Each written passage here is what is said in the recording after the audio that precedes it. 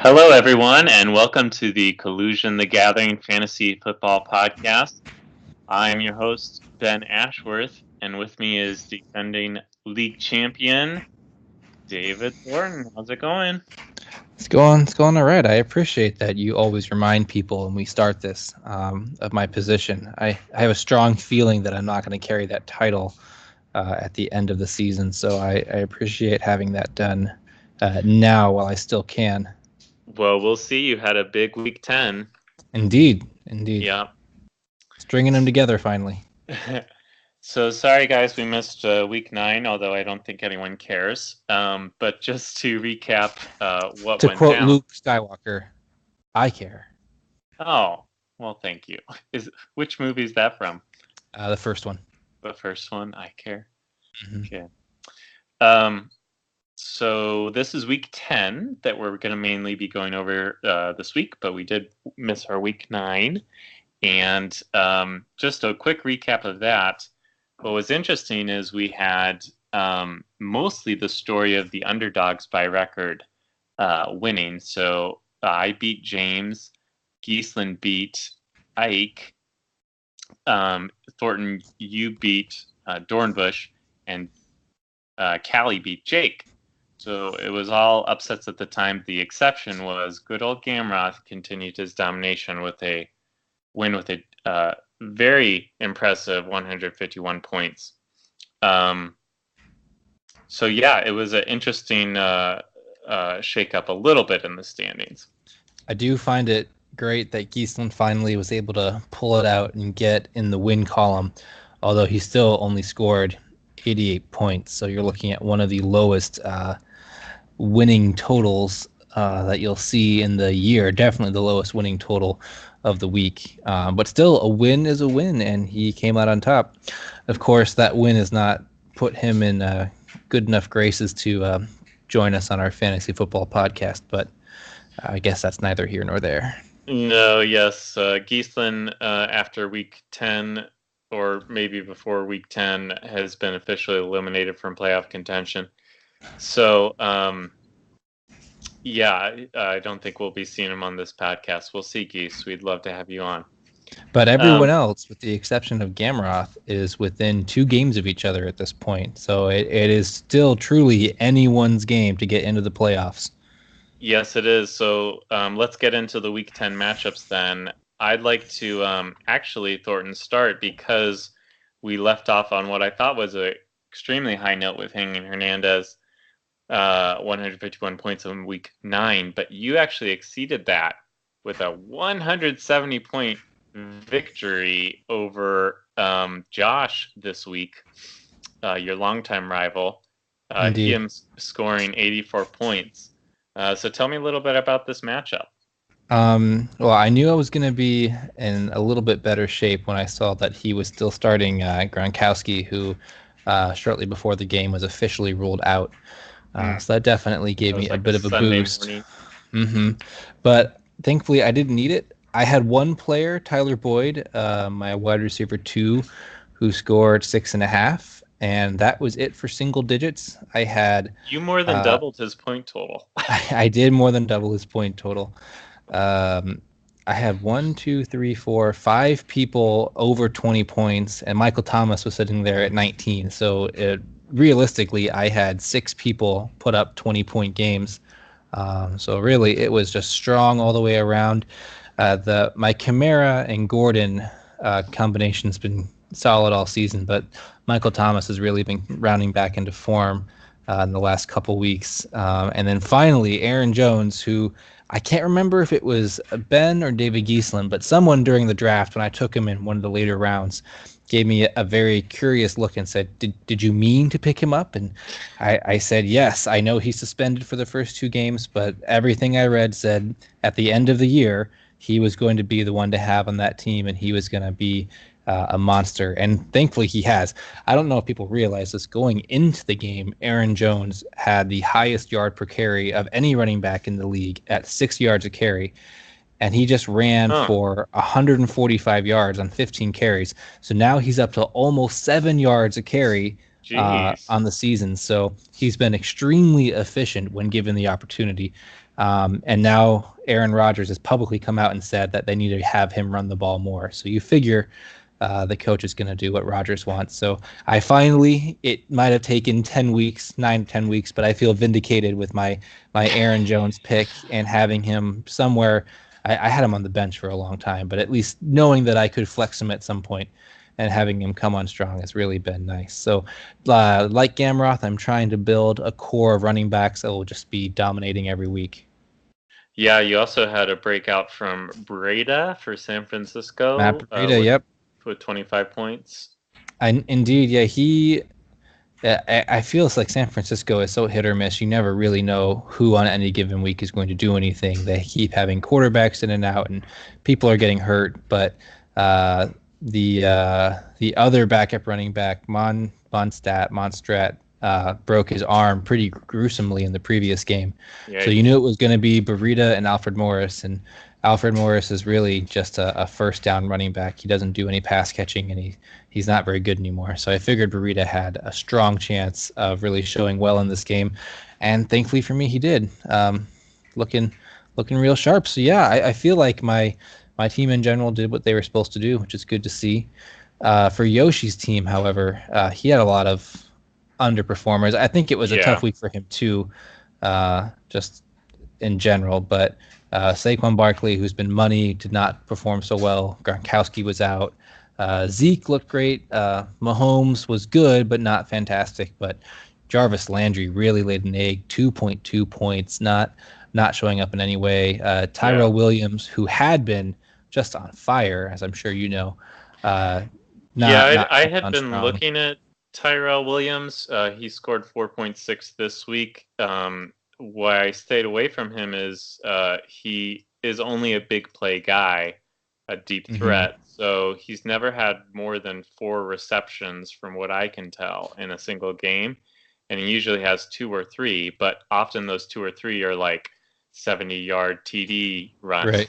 So, and I think he was 3 games in a row with a touchdown and over 50 or 60 yards. So he was being consistent in his production, but he was still only catching 2 or 3 balls a game, and that's not long-term sustainable. Right. Exactly. So I think it was a decent gamble on Yoshi's part, and maybe he'll pull off. I mean, the Chargers do seem to like doing those long plays. But you just got to accept that you might get blowed out. Zeke Elliott came out well for him with 30, but his other elite running back, Saquon Barkley, underperforming a little with 10. But the Giants actually got the win, so that's right, they did. So they can be happy with that. The battle for the number 1 pick is alive and well. Yeah, and the Colts, I don't know, Yoshi, I might recommend you look around. They had a huge game against Buffalo with 21, but it's not hard to score huge against Buffalo. Otherwise, Indy's defense has really sucked, and you could probably find someone better on the waiver wire.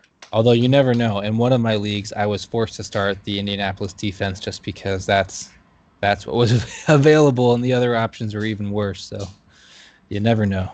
Fair. I think looks like Minnesota's his main defense, but they were on the bye.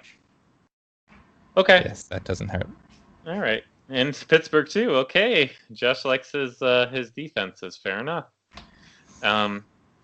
Okay. Well, Russell Wilson. No, that's okay. So, yeah. Russell Wilson performed well, but when you have Patrick Mahomes, you've got to start Mahomes. Yeah. Yeah, you got to start Mahomes. He just did enough to win, really, versus Arizona. But he's still incredible. Right. Okay, let's do the next matchup then. Let's go ahead and go to. Sorry, because we're doing it a week after the matchups are final. Gotta load the next page. Let's do Callie and Ike. So Callie winning 117 points to Ike's 100. Ike has really taken a bit of a tumble. He was had a winning record for a while, and I think has had a few down weeks. Him and Callie are now tied at 4-6. There's a whole chunk of us at 4-6. But congrats to Callie. She had just her guys perform like they should or slightly better. Standouts being Drew Brees, of course, at 28 points, and Odell Beckham Jr. with 19 points.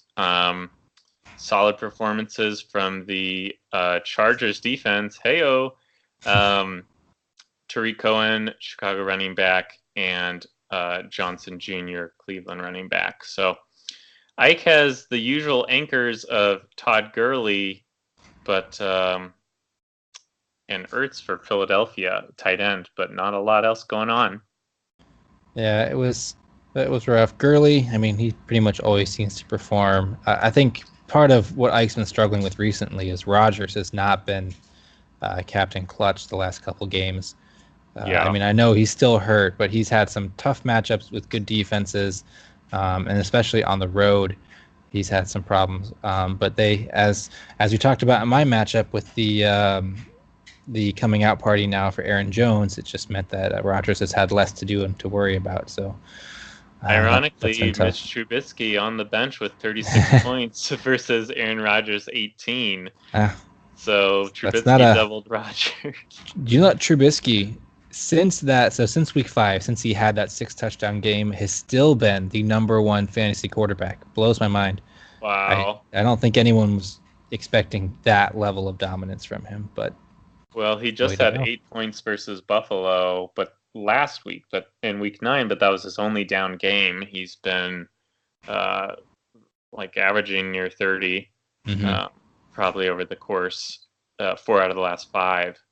And then LaShawn McCoy, a lot of misses actually on Ike's bench. Yeah, ones that would have made the difference. Yeah, I mean, McCoy wasn't doing much, but he broke out for 23. Robinson, Chicago wide receiver, broke out for 25 out of nowhere. Yeah. and Washington defense even. Washington defense playing Tampa Bay, whose offense had been almost unstoppable, who had quite possibly the strangest game I've ever seen. They put up 500 yards of offense and still only scored 3 points. I know, because I started Fitzpatrick as so we'll get to that. Yeah, that's amazing. I mean, there was just so many turnovers by Fitzpatrick. Right. That Washington Which is honestly nothing new. Yes. But that's quite the dumpster fire there with Jameis Winston, Fitzpatrick. They're both turnover machines. I'll be interested. They still tend to score good fantasy points. They certainly do. I'll be interested to see what happens to Ike's running back, Marlon Mack, Colts running back.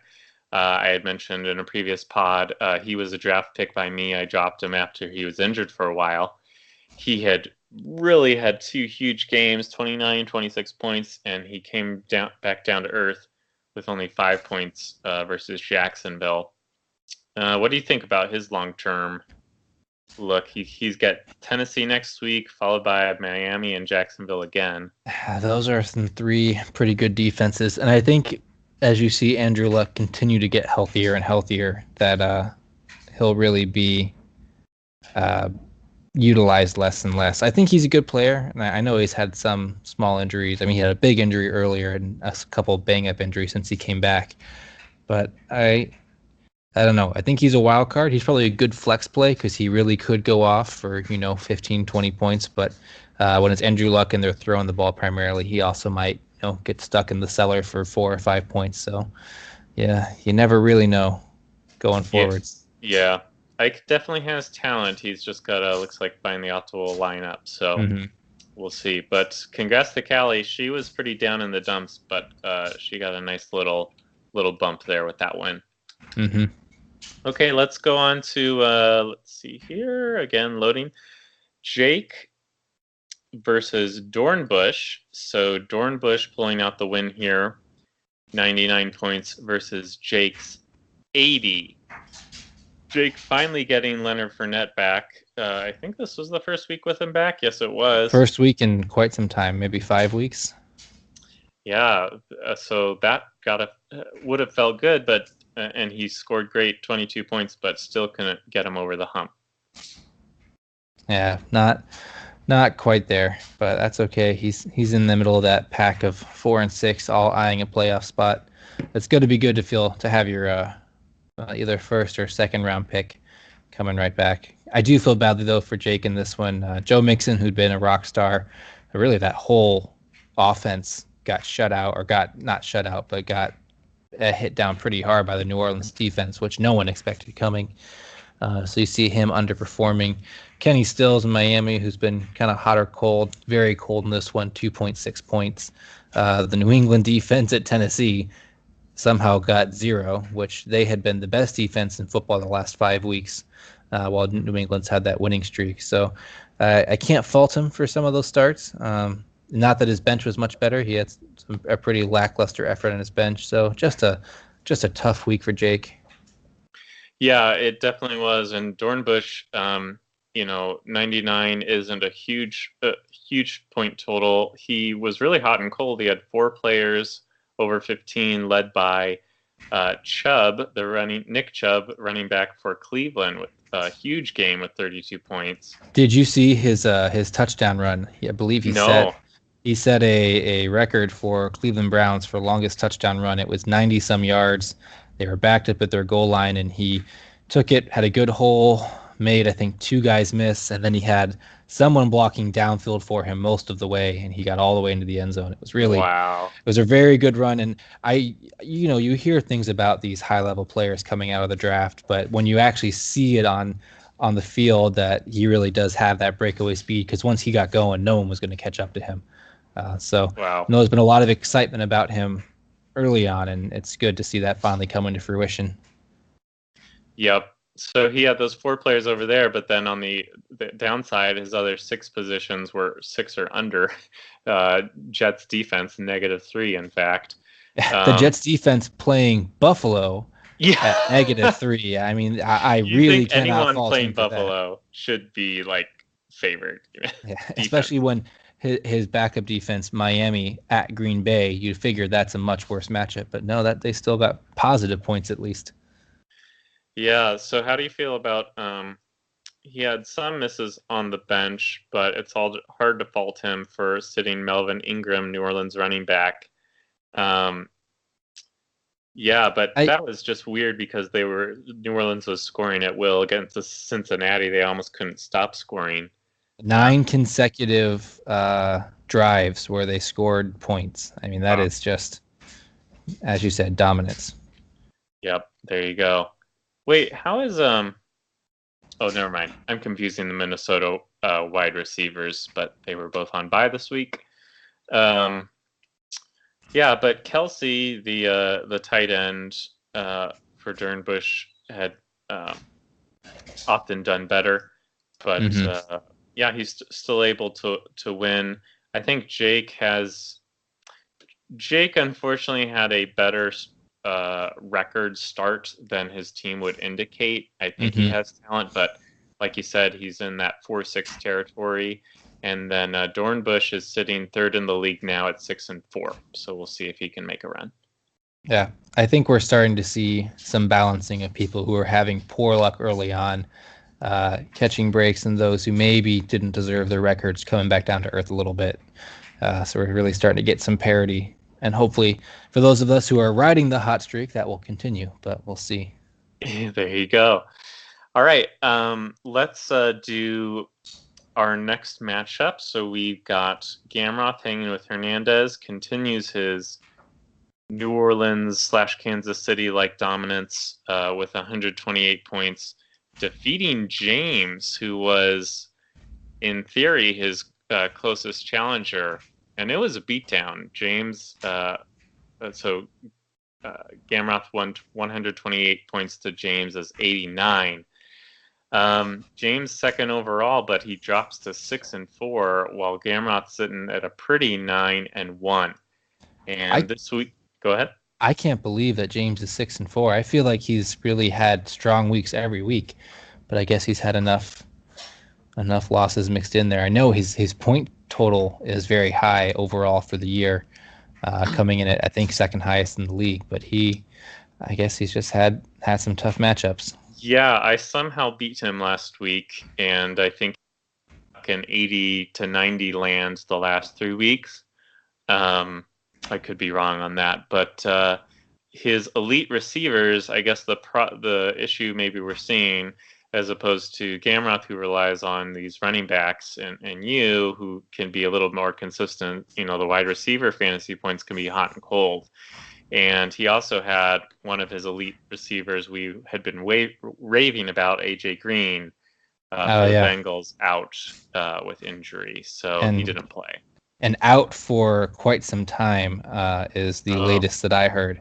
Yikes! It's not official, but they're thinking at least another 2 weeks, maybe 3 weeks. So yeah, he might not get him in time until maybe the fantasy football playoffs. But okay, well, I think James can still muster up and make the playoffs. He technically hasn't secured his spot, but I think he can make it. So if he can come back for that, that'll be good for him. But yeah, so Gamroth, the news official this week that all the reporting about the franchise tagging of Le'Veon Bell was wrong earlier. That's right. And James Conner in for the long haul. Conner is in for the long haul. He underperformed for him at 13 points this week, but the nice thing is, with Kareem Hunt, Christian McCaffrey, and Adrian Peterson, where one person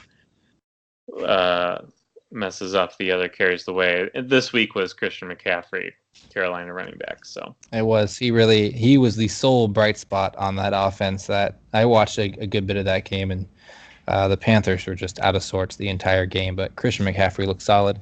It's good to see him also really coming into his own this year. I know there were very high expectations for him last year, and I think he did okay, but not quite what people are expecting. But you're really beginning to see him understand defenses better and know when to hit the hole and just how to take balls in. So his two of his touchdowns I saw, he got the ball in the open field and just simply outran everyone and took good angles. So good for Christian McCaffrey. I think his future is very bright. Yep. And Julio Jones, was this the week he broke his no touchdown streak? Oh, that was the week before. The week before. He's got back-to-back weeks now with touchdowns. So he's really starting to almost explode at this point. Wow. Well, that's good. I think James would have put up a better fight. He was victim of a few surprising matchups. We referenced the Pittsburgh Carolina. He had Cam Newton as his QB, only scoring 14. He had Mike Evans at the Tampa Bay as an elite wide receiver who somehow got held to only 3. The team got held to only 3 points. Mike Evans scored 5. And then James White, New England running back, had been doing amazing, and somehow lost to Tennessee, although I did know Tennessee's run defense was pretty good. So, but the Patriots typically seem to be immune to strong run defenses, but I guess not in this situation. They really got beat down, which is interesting. I read an article about how somehow Belichick's coaching tree, people that were mentored by Belichick for so many years, actually do fairly well against him in these kind of games. You've seen Josh McDaniels when he was on the Broncos have success. You've seen the former Jets coach, the one who did Spygate, he had success. Obviously, this new one here is having success. So Belichick does teach his coaches how to really do well, and once they know his system, they're able to kind of turn that back around on top of him. So, well, there you go. One bright spot for James moving forward is Robert Woods, the Rams wide receiver, will be the beneficiary of Cooper Kupp going out for the season. And on that sad note, we'll move up to the final matchup, which was me versus Geese, the closest matchup of the week. So I did have Cooper Kupp has been my most consistent wide receiver. I also have Tyreek Hill, who has a much higher ceiling and has hit it the last 2 weeks. But Cooper Kupp had been my most consistent position scorer, and he's out. So it was interesting. I was up, I think, 12 points after the Sunday games against Geese. He had Sterling Shepard, who I believe he picked up as a free agent, maybe had him early in the season, but he was on as a free agent. And so he only needed 12 points for Jake to beat me. He was projected to score 7. He scored 9.6. But I eked out the win. That's right. And kept my postseason hopes alive. Which is truly great. It's always good to have those solid wins, especially late in the year or getting to later in the year. There's nothing like having a good Monday night matchup that has, your whole fantasy football game hangs in the balance as you watch each other go.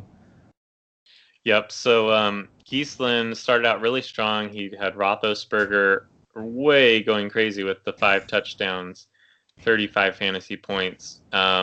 Which I actually read something that I think it was 11 or 12 years ago to the day on a Monday night game at home it wasn't against Carolina, but some other team. He had almost the exact same stat line. Wow. Where he had 5 touchdowns, 328 yards, and a perfect passer rating for a win at home where they scored 50-some points. So say which one about Roethlisberger. He's an old man, but he can still bring it. There you go. But Geeslin had the big miss with Derrick Henry, Tennessee Titan running back, scored 17 points. If he had slotted that in almost anywhere, he would have got the victory there. So he texted me that it was rough. Derrick Henry has been really not doing much the last couple weeks, so I can't blame him for not making that call. Yeah, I mean 9 and 12, he was points, which is respectable but not great. But he'd been doing awful before that. But that's interesting. I remember how we gave Geeslin a hard time in the draft for the first defense pick for Jacksonville. I did. I was very unkind to him in that moment. And they gave him a giant bagel for the score. So they did. Yeah, and I think that's a good comment for anyone else out there. I mean, obviously, if you're in my league, I'm happy if you do strategies that I don't think will work. But it really does pay to wait on taking a defense.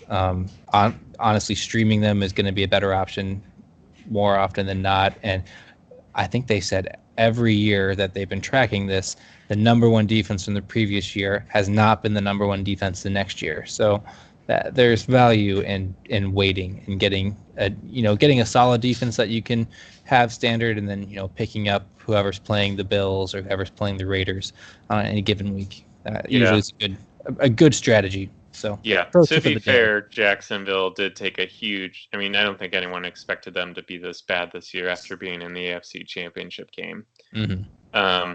But to speak to your point, I picked up Chicago off the waiver wire, which no one thought was necessarily anything great until they got Khalil Mack at the start of the season. So, well, my big victory this week was finally seeing David Johnson, second overall pick in our draft, score above 20 points. Not just above 20, he scored 30.3 versus Kansas City. So getting rid of the offensive coordinator a few weeks before, former Chargers head coach McCoy, I want to say. Yes, but not Shady McCoy. Mike McCoy, also former Broncos offensive coordinator twice. Oh, yeah.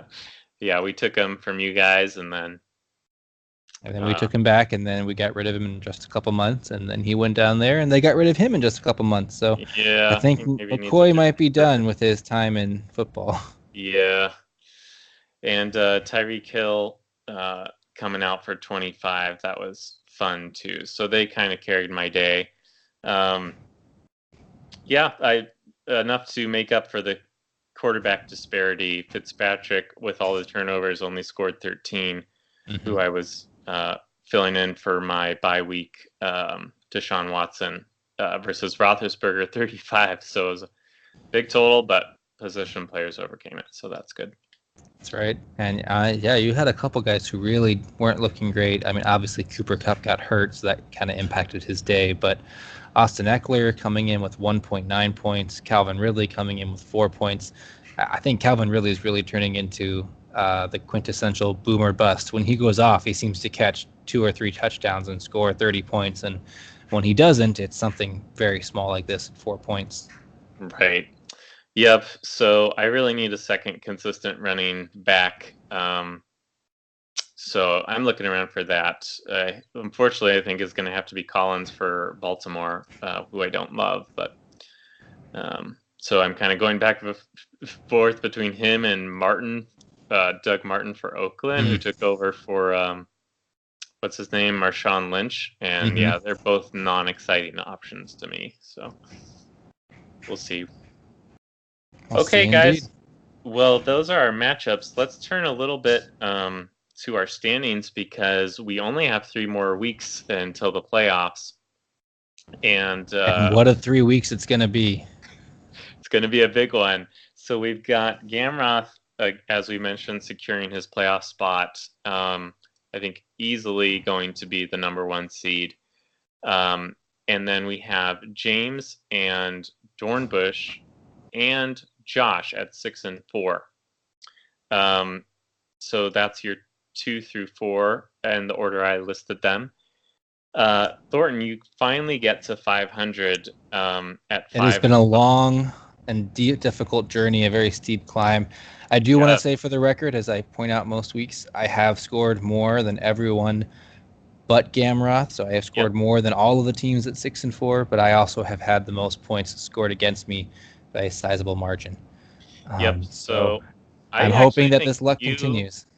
Yeah, I think you and him are the favorites if the playoffs started today. Interestingly enough. So let's see here. So then that's our 1 through 5, and then we have again 6 teams make the playoffs. We have 4 teams fighting for that last playoff spot, all sitting at 4 and 6. So we have in order Ike, myself, Callie, and Jake. I don't know if Jake is committed anymore. I think I saw last week a few guys he left in on bye. Sorry, Jake, if I'm disparaging you. I don't think that happened week 10, but it did week 9. So yeah, it'll be interesting to see who claims the last. I think Ike is the favorite. I am, of course, hoping I'm a dark horse. Although you are playing Ike this week, so that would be a very big deal if you could come away with that victory. That's a big one. So, Thornton, turning our attention to real football, I'm really excited. This Sunday, I will be in LA to see the Chargers versus the Broncos. Yeah, how did that come about to be? So I've had planned to visit my family for Thanksgiving. My dad had a family friend text, "Hey, if I got tickets, would you want to go?" And I said, yes, it'd be a dream come true. So they are end zone, lower level of the end zone. So not amazing, but it's a soccer stadium, so you're pretty close. That's true. Plus, it'll be good the Chargers have some fans there. As I know, they tend to have, even though they are a very good team this year and have a very good record, I know their home games tend to be underattended by the home fans. Oh, yeah. That's usually as people say, they play 16 away games every year. That's right. But I've never been to an NFL game before, so really looking forward to it. It is interesting. I've only been to one, and unlike you, I was not on the lower level of the end zone. I was on the very last row in the very back corner at the old Metrodome in Minnesota. But it was still a fun experience. Cool. I got to watch Brett Favre's last game as he got sacked one more time and was permanently injured. So it was oh, jeez. It was a very exciting game. Was that before he left to play for Jets Vikes? He was the Vikings quarterback. It was the, I believe, 2-10 Vikings against the 1-11 Bills. Oh, jeez. Which is how we got. That's how we got our $15 tickets. So. Wow. Yeah. Well, there you go. Well, I'm excited. Yeah, I'm happy for you. That should be really fun. Yep. I'll let you know how it goes. I'm expecting a Chargers victory, but I would, the Broncos, division rival. I think they could play to the occasion. Anything can happen, but that doesn't mean it will. Yeah, I mean, if the Chargers lose, it definitely they shouldn't lose. But knowing the Chargers, But you never. everything could happen. Special teams, especially. Well, my family is going to Georgia this weekend, so I will be home alone watching the game. So feel free to call me as often as you want because I will be Okay. here watching the game with no other distractions. So Okay. There you go. There you go. All right. Well, guys, thanks for listening to the Collusion the Gathering Fantasy Football Podcast. This has been Week 10. And let us know what you think. Give us your playoff predictions. Talk some smack in the email chain. And I think that is it. So we'll talk to you next week. Peace out.